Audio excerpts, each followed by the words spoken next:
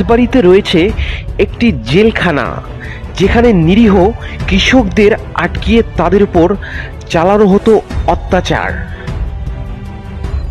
প্রায় অর্ধেক বাংলা শাসন করলেও রানী ভবানীর থাকার জায়গাটি এখন পড়ে আছে ধ্বংসের এক লীলাভূমি হিসেবে।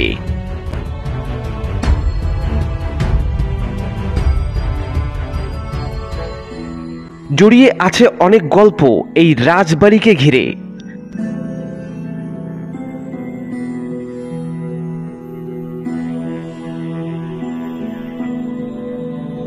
যখন কালি ওঠে তখন ওই যে কাটা ডাল ওই পর্যন্ত কালি। কোন পর্যন্ত? ওই যে কাটা ডাল, ওই কাটা ডাল পর্যন্ত।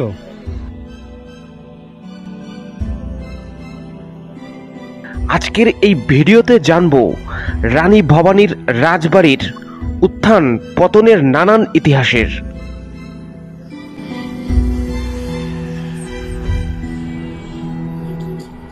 বাংলাদেশের নাটোর শহরের যে কোনো জায়গা থেকে রিক্সা বা অটোতে চেপে যেতে পারবেন সেই ঐতিহাসিক নাটোর রাজবাড়িতে, যাকে বলা হয়ে থাকে রানী ভবানীর রাজবাড়ি।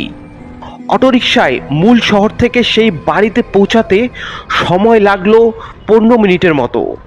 মূল ফটকে পৌঁছানোর আগেই নজরে পড়ল সেই যুগে খনন করা এক বিশাল পুকুর বা দিঘির। এই বাড়িটি পুরো 120 একর জায়গার মধ্যে অবস্থিত। তো ভিউয়ার্স, আমরা চলে আসছি সেই নাটোর রাজবাড়িতে। সেটি রানী ভবানীর সেই রাজবংশের শেষ স্মৃতি। প্রায় 120 একর জায়গা নিয়ে পুরো রাজবাড়িটি বিস্তৃত।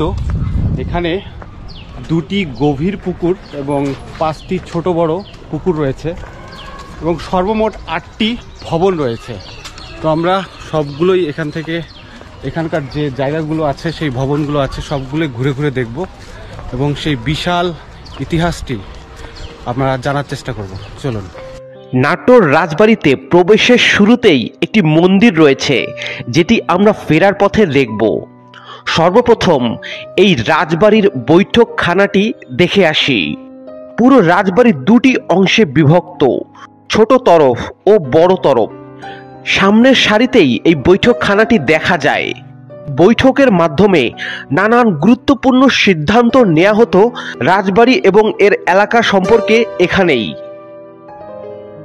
বলা হয়ে থাকে নাটোর রাজবংশের একটি স্মৃতিস্বরূপ হিসেবে এই ভবনগুলো এখনো দাঁড়িয়ে রয়েছে। নাটোর জমিদার বাড়ির মূল বা প্রধান ভবন বলা হয়ে থাকে এটিকেই, যেটি হচ্ছে এই রাজবাড়ির বড় তরফ। অষ্টাদশ শতকের শুরুতে নাটোর রাজবংশের উৎপত্তি হয়। 1706 সালে পরগনা বানগাছির জমিদার গণেশ্বর রায় ও ভবানীচরণ চৌধুরী রাজস্ব প্রদানে ব্যর্থ হয়ে চাকরিচ্যুত হন। দেওয়ান রঘুনন্দন জমিদার তার ভাই রামজীবনের নামে বন্দোবস্ত নেন। এভাবে নাটোর রাজবংশের পতন হয়।